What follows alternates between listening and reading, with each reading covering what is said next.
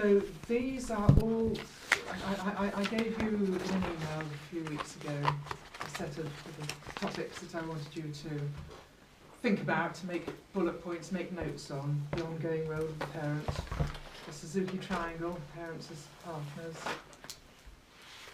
preparing for autonomy, discuss the changing role of the parent in helping to establish this, discuss ways of helping children to begin to practice alone.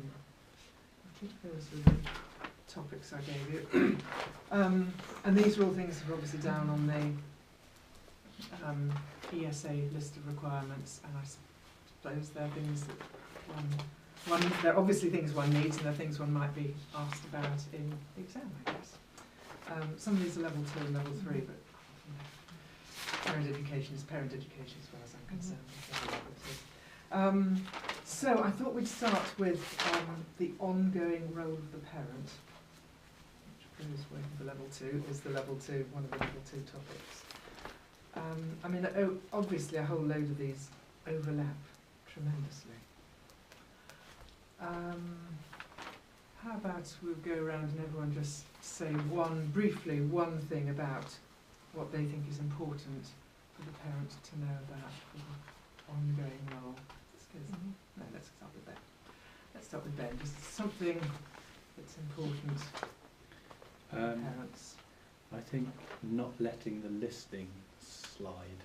Yeah, what a very good way of putting it. So making sure that children continue to listen to the recordings as often as they did at the beginning. Exactly, it's very good. I think at the beginning parents are really keen and put the CD on lots of times, and then maybe later on not so much. It gets forgotten, and it is, I think, even pretty well until the children are teenagers, it is the parent's job to put the CD on.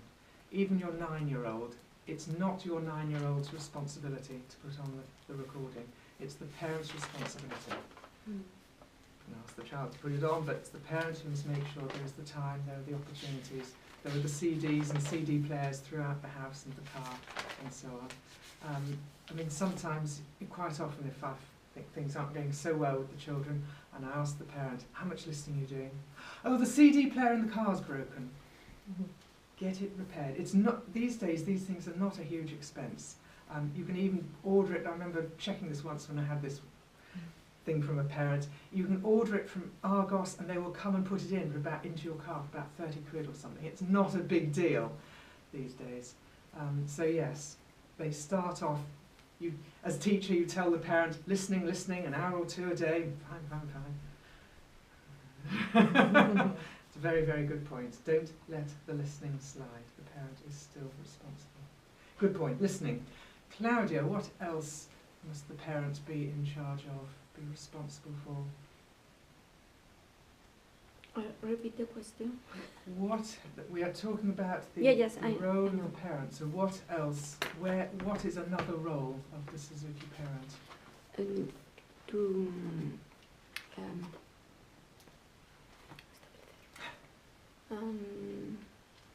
To do the practice every day, always at the same time,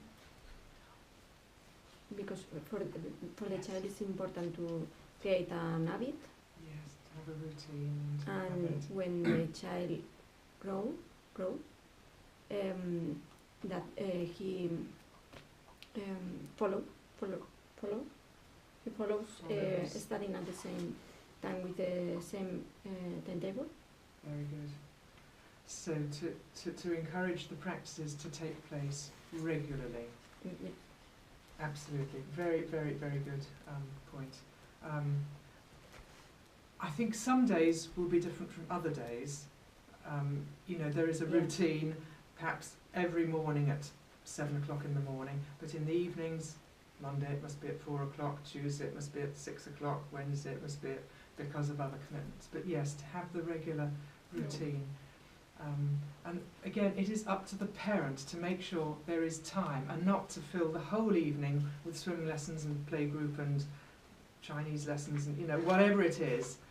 Oh, there isn't time to play. It's up to the parent. It's up to the teacher to impress on the parent that they must find time every day for the practice. So yes, and that goes on, you know, again until children are teenagers. It's the parents' responsibility to make sure that the practice gets done at its time when it gets done. Good. Sharon. Ongoing role for the parent, to actually, well, turning up for lessons is, it's a given. It's just that. Well, Let me just to not, how shall I put this? Prioritize something else over lessons regularly. Birthday parties. Oh, she's got to go to a birthday party, so she can't come. But it becomes a pattern. It's a birthday, so we miss the lesson. It's something else. So even though you have that lesson time, something comes up that, okay, we skip the lesson. That. Either you're not charging enough for lessons, or your parents are so wealthy that they can afford to skip lessons all the time. No, it's a very child-driven It's different in culture Norway. there. Like even sitting posture, I have parents telling me we have to choose our battles, and the child is sitting like that. And I said, it's not just the piano, it's everything else. Absolutely. We have to choose our battles. So, you know, the lesson and prioritizing birthday parties, that's a battle. And it's very child-driven. How flexible are you able to be about swapping a lesson? They can swap on their own, but I don't make extra time. I don't have time for that. And They try. I mean, they do They usually do try try. to do a swap, but often it's just not possible. I mean, Yeah, because the other families, it's not possible. Yeah, It's hard. absolutely. I mean, the time is there because that's when they can make it. Yeah. So if it becomes a regular asking for swap, the other family doesn't want to swap. Well, Because it messes up their schedule. yeah. And then they ask Well, me, can I teach outside my time? I No, have don't. very, very few children asked to swap because of the piano lesson, because of the Yes, party. yeah. Very, very few. It has happened, but you know, one a year. I mean, or one every 2 years. Mm. But on the other hand, they do often have they're performing a school concert on the night of their piano lesson. So obviously, I'm going to do my utmost to. Beth's got a piano playing the concert the first lesson of next week after next, first week of term, playing in Dido. So you know, we've done a swap with someone else, and I know the commitments of all my pupils every night of the week, what they're doing. So I know approximately who might be able to swap, and. It's usually not there's so one easy to swap. person. No, it isn't. They've got horse riding, Yes. they've got this, they've got Yeah, that, and then yeah. there's birthday parties. And it's crazy. Mm. And it's like weekday birthday party. Can't you have your birthday party on the weekend? No, it's on a weekday, and so they prioritize that. Come on, any ideas? I can't think how you can persuade your parents that. Because then it messes up my group lessons, because then I'm one short, one student short, one parent short. Messes everything up. Yeah. So that, Because that's you mentioned my, this before to me, so it's, Yeah. it's obviously a real issue in Norway. it's Yeah. crazy. I was thinking about it because I obviously treat everybody the same, but I've got one family that's like that. They'll just very casually say, "Oh, we can't make next Saturday because of We're going whatever." off on an outing. But everybody else on Saturday, they're there unless well, we've had scout camp or something Can like you that. say but, Could you say that if it happens more than twice in a year, that you need to have a conversation with the parents or something? Well, I've Can you had say something like that? I have had conversations, but it's just the culture. Well, I Children suppose need that to it sounds be permissive as well, social. doesn't it? It sounds like you'll accept them doing it twice in a year. Absolutely. Yeah, You're that's out. not- Well, booking the what two I times that do you make do it. clear is then is that, you know, if there's no visible progress, then we'll know why. Can it be before you take the pupils on? Can it be actually stipulated? This is the. It is there. Well, you're absolutely right, Requirements. Ros, that it's really important to get these things, the ground rules established before the children start. And, you know, if they're going to miss a lot of lessons because of birthday parties, you're not prepared to take them on at the beginning. So it's what happens before the child starts that is very important. But even But, then, they yeah. could still. Even then, Absolutely, yeah, the of culture course it is is. still. Anyway, I suppose we're off track Yeah, here. okay, Let's but, go. but Sorry, my fault for asking. But, okay. that there is that continued commitment to once in a while, all right, Yeah, exactly. but regularly, it's Not on. not on. Ros, some ideas about another idea, the ongoing role of Well, the I parents. was thinking, this is a bit deep actually, but I was thinking in terms of, because I've just written this philosophy essay, It's very good. so I'm thinking along those lines. I was just thinking that Suzuki talks so much about relationship in terms of how a child learns to speak. So a child is decoding basically what has been internalised, and then the parents are there to encourage what has already been there. They're just encourage and guiding. So I think the relationship, if you're going to liken that to the relationship within Suzuki, which he does all the time, that relationship is really important. Then therefore the parent needs to know when to step back, when to encourage. So it's the Suzuki triangle being sort of a movable triangle, so they're not stuck at one part of the triangle that this is how we do it. This is what my expectation, this is what this, that and the other. But they are prepared to move because educationally that's what you would do. So with the needs of the child, as the child gets older, how to step back, how to stop the sort of culture of dependency which could become. So they're just looking to the parents constantly for approval, because that's the relationship that's been built up. So I think that ongoing, almost organic relationship of a parent is really important, that it's prepared to move and change. It is. I mean, I think actually the triangle is absolutely stable, surely. We've got the parent, the child and the teacher, and we always have a strong relationship. and a strong I thought the so I think idea was that they shifted and the child becomes more towards the top, as it were. I read that somewhere, Oh, I that, see what you mean. that there is I see what you mean. there is a shifting, All right. which is the idea that it's an equilateral triangle, All but right. it's moving in terms All of who is. I still feel it's a very strong triangle, even if the... Yes, all right, I see what you mean. I see what you mean. Yeah. So it was, yes, exactly. So was, yes, so we're sort of talking about the Suzuki triangle. Well, no, I'm preparing for autonomy as well. I mean, all these yeah, things. that What you're relationship saying I is was that the parent should always be responsive to the emerging needs absolutely. of the child. Yes, Yes. yes.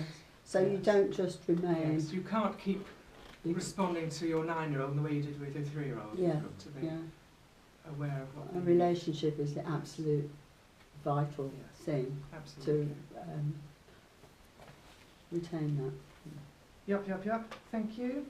Sue, pick a point. I started with a point we've kind of touched on, but actually I don't Right. think we made it a point. And I know from my new parents starting, actually making it clear that the ongoing role is that they will be at every lesson. It's not something that parents in general understand. When you Right. say each lesson, they're thinking, Okay. sometimes, we discovered with one, they were actually thinking at that point, and they think, after a while that will die down. And So understanding that their ongoing role is they will be there every lesson. right, even once their children become teenagers, they should Mm. still be taking notes and transferring that into some sort of chart or whatever for the Mm. children to read. I mean, if I think of my Deanna, Beth, they're 12, 13, parent, absolutely here every single time, making notes and then transferring those notes into something, understand something that children can easily follow at home. And attending group lessons as well in the early stages. I mean, in the older stages, it's probably not so essential for parents to be there for group lessons, but certainly in the early stages, I like parents to actually do the group activities at home with their children. And it's the social thing as well. So, yes, the parents need to be there absolutely all the time. But of course, if one says right at the beginning, before they start, you will be attending the lesson and taking notes or videoing the lesson, then they know they have a role. The taking notes doesn't, that role doesn't vanish. They're in charge. Good. Ben.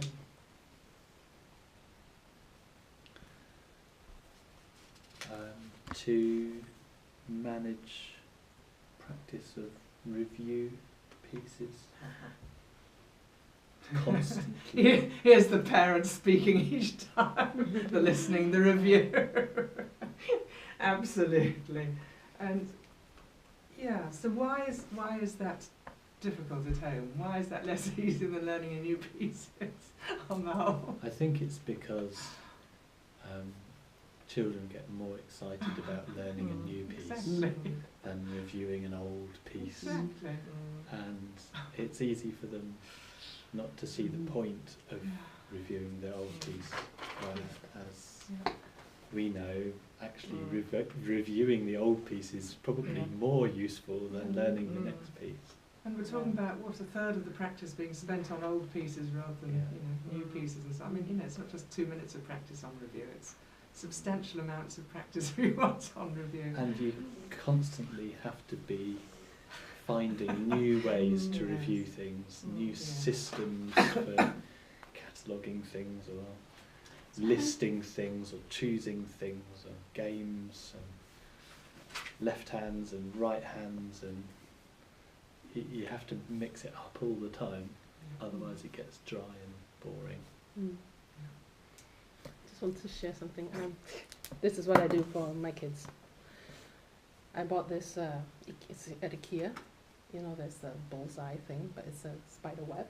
And then I've got these fishy things with Velcro, and then at the back I just use a marker and just write different things, and they don't know what they're getting, and they throw. And they keep asking to throw. I'm like, okay, it works now. So, and then I change, I rub it off, and they don't know I rub it off. So they, I'm gonna get there, go, and then it's something else, and I'm like, what? So yeah. So they keep asking you to do it, so I'm like, all right, I'll run with that now, while they still like it. It'll last for a week or two, or perhaps a month. It's lasted about 3 months now. Oh, great. I'm surprised. No, but if it were at home with the with your Yeah, own with my boys. Oh, with your boys. Yeah. Oh, right. And they're 17, 15, and I would have thought, meh. They grow out They of just that. go for it, and then Oh. now they start playing games. Okay, I pick, you play. Mm. They just go nuts, and of course it's the throwing. Yeah. Yeah, great. So, That's something that surprised me, is what the children will run with. yeah. Some things you plan out meticulously, And they're thinking you've not got interested. No, not not interested. interested. I Yeah. just, and you come out with the footprint stickers. It's been this half term. Footprints. We've had stickers before, but these are footprints, and they walk up the bench, and they want to collect another one and another one and keep repeating. Yeah, that's the same experience. I mean, oh, okay. Then, all right. Yeah. So, finding new ways to review things. Yeah, review. Yeah, good point. Claudia. To do the performance something normal. When they have a concert,